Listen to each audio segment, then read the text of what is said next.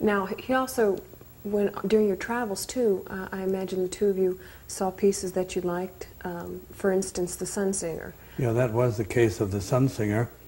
But strangely enough, it has something to do with the Diana on the university campus, because my father was great friends of John Hullabird, who built the building. It was, it originally was called the Diana Court, and is now later called the Time and Life Building. And John Hullabird urged my father, when we was in Stockholm, to call on Carl Milles.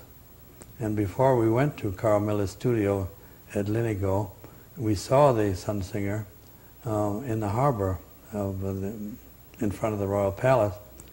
So we got to his statue and saw how beautifully another casting of it looked in a garden.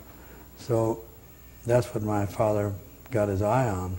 Also, he saw the Neptune fountain, which he admired very much, and he got together a group of Swedish people, and then that was given to the Art Institute of Chicago in the, as you know, in where the restaurant used to be. But there was a mistake in the size of the Sunsinger, because the one in the garden was at human scale, but it didn't have the head and the arms outstretched. So my father, in telling Milles that he'd like to order it, but he wanted it to be the same as the one in the harbor, meaning with the outstretched arms and the head, but he thought it meant the same size. A small lack of communication. A place had to be found for it afterwards then, because it was supposed to be more intimate, perhaps over there in the view or something like that. So then a place had to be found, and we realized that there couldn't be any competition to it, so that was why that site was selected, and all the extraneous buildings were removed so that you saw nothing but the Sunsinger. You designed the site for the Sunsinger. Right. What was behind that? Well, I copied the base of the statue it is on from the one that was in Stockholm. I just copied it from a postcard view of it.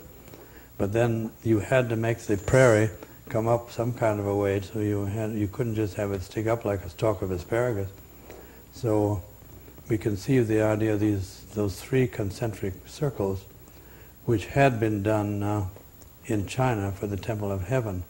That was on a big flat area, and it was on 3 different levels also, but we conceived the idea of making the first level to be of greenery, so that the grass would go up one more level, and then you would come up, and the Sunsinger would be the apex of it. Just evolution. We went through various phases of it. I ran across those sketches the other day of different things to do, and that was the resolution of all the different ideas.